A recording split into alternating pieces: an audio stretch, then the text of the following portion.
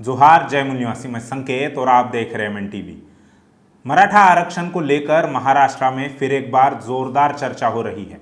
इसमें राज्य का मुख्य विरोधी दल भाजपा मराठों को आरक्षण न मिलने का दोषी सत्ताधारी राष्ट्रवादी और कांग्रेस को बता रहा है, जबकि संविधान में ही किसी एक जाति विशेष को आरक्षण देने का प्रावधान ही नहीं है।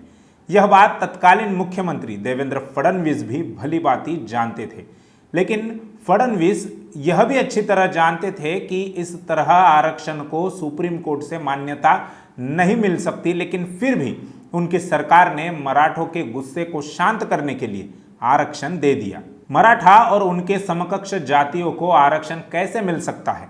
वैसे तो यह एक स्वतंत्र और बृहद विषय है जिस पर अभी तक बहुत कुछ बोला और लिखा जा चुका है, लेकिन फिर भी हमारे दर्शकों को समझ में आए इसलिए यहाँ हम मोटी मोटी बातें बताना चाहते हैं कि मराठा, जाट, गुजरात के लेवा कड़वा पटेल, कम्मा, कापू इत्यादि ऐसी सभी जातियों की एक मध्यवर्ती सूची बनानी चाहिए।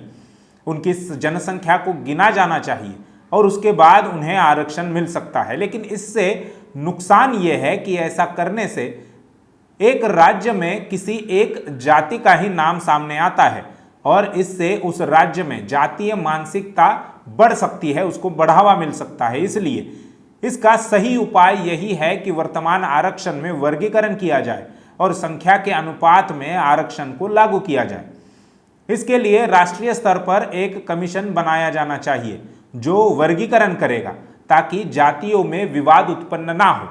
जैसे महाराष्ट्र में जो ओबीसी आरक्षण है उसका ज्यादातर लाभ कुणबी और माली जाति के लोगों ने लिया है। उनकी संख्या के अनुसार ओबीसी में ही एक अलग वर्ग बनाया जा सकता है और उसमें मराठा को शामिल किया जा सकता है। वर्गीकरण से जिन जातियों को अभी तक ओबीसी का आरक्षण नहीं मिला है उन्हें भी आरक्षण मिल सकता है, जिससे सामाजिक न्याय को स्थापित किया जा सकता है। इस मुद्दे को लेकर न कानून के कथित जानकार बोल रहे हैं और न ही राजनीतिक नेता, केवल मात्र बामसेफ के माध्यम से ही इस मुद्दे पर चर्चा की जा रही है। जहां तक वर्गीकरण की बात है तो जस्टिस अरुण मिश्रा की अध्यक्षता वाली 5 जजों की बेंच ने यह कहा कि क्रीमी लेयर हटाना चाहिए और आरक्षण में वर्गीकरण करना चाहिए। लेकिन इसमें गौर करने वाली बात यह है कि यह निर्णय उन्होंने खुद नहीं दिया, बल्कि शीर्ष जजों की बेंच को सुपुर्द कर दिया कि वे इस पर निर्णय लें। ये वही जस्टिस अरुण मिश्रा है जिन्होंने SC/ST कानून में बदलाव किए थे, जिसके विरोध में बहुजन समाज सड़कों पर उतरा था और बाद में लोगों के दबाव में आकर केंद्र सरकार ने सुप्रीम कोर्ट के फैसले को बदल दिया था। जस्टिस अरुण मिश्रा अपने कार्यकाल के आखिरी समय में अपनी गंदी हुई छवि को साफ करने की कोशिश कर रहे थे। उनका मकसद आरक्षण देना नहीं, बल्कि रिटायर्ड होने के बाद मोदी सरकार में अपनी जगह बनाना हो सकता है। बहरहाल मराठा आरक्षण को लेकर महाराष्ट्र में छिड़ी बहस में एनसीपी के नेता शरद पवार ने बयान दिया कि 2 राजे मोदी से कहकर आरक्षण दिलाने का काम करें। दरअसल पूर्व लोकसभा सांसद और वर्तमान में राज्यसभा के सदस्य उदयन राजे भोसले ने पहले तो कहा था कि मराठों को आरक्षण देने की जिम्मेदारी महाराष्ट्र की सरकार की है। यह बयान उन्होंने इसलिए दिया क्योंकि वे फिलहाल भाजपा में है और विरोधी दल की भूमिका निभा रहे हैं। दूसरी ओर कोल्हापुर के युवराज छत्रपति संभाजी राजे भी मराठा आरक्षण को लेकर आए दिन बयानबाजी करते रहते हैं और दोनों के दोनों भी भाजपा के द्वारा राज्यसभा के सदस्य बनाए गए हैं। उन्होंने प्रधानमंत्री मोदी से मिलने के लिए समय भी मांगा था, लेकिन मोदी जी ने उन्हें समय नहीं दिया, क्योंकि शायद मोदी जी ये सोच रहे होंगे कि उनके पुरखे तो राजा थे, लेकिन इन्हें मैंने ही राज्यसभा में भेजा है, इसलिए उनसे मुलाकात करना या उनकी बातों को सुनना यह जरूरी नहीं है। शरद पवार के इस बयान पर महाराष्ट्र भाजपा के एक अन्य नेता चंद्रकांत पाटिल ने पलटवार करते हुए कहा है कि आरक्षण यह स्टेट की समस्या है, केंद्र की नहीं।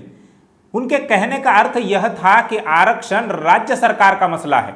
चंद्रकांत पाटिल पिछले कई सालों से सक्रिय राजनीति में है, तो क्या ऐसा कहा जा सकता है कि उन्हें इस बात की भी जानकारी नहीं है कि संविधान में जो स्टेट शब्द लिखा गया है वह संकल्पना केंद्र सरकार, राज्य की सभी सरकारें, न्यायपालिका, चुनाव आयोग और इसी तरह की सभी प्रशासनिक विभागों के लिए उपयोग में लाई जाती है।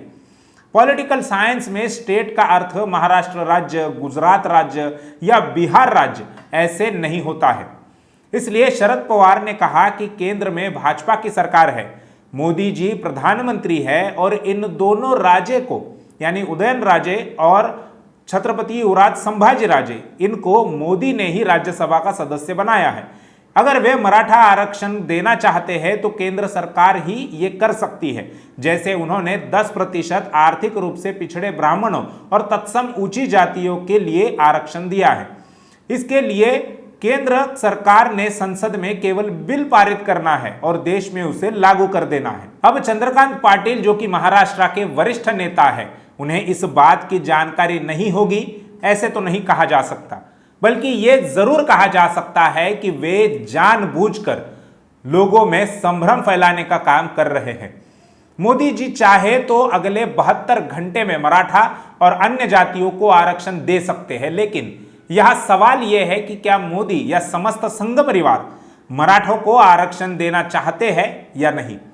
दूसरी बात, अगर शरद पवार और महाराष्ट्र सरकार को भी लगता है कि मराठा आरक्षण मिलना चाहिए तो उन्होंने अब तक विधानसभा में प्रस्ताव पारित क्यों नहीं किया कि केंद्र ने यह काम करना चाहिए। यहां पर शरद पवार सोच रहे हैं कि अगर हमने यानी महाराष्ट्र सरकार ने ऐसा कोई प्रस्ताव केंद्र को दिया और मोदी जी ने उस पर अमल कर दिया तो महाराष्ट्र का मराठा जो आज हमारे साथ है, आज हमारे पास है, कल वही मराठा भाजपा के समर्थन में जा सकता है। इसलिए शरद पवार भी ऐसा कोई काम नहीं कर रहे हैं जिससे मराठा आरक्षण मिले। यानी दोनों दल मराठा आरक्षण को टेनिस बॉल की तरह ही खेल रहे हैं और इससे अपनी राजनीति चला रहे हैं।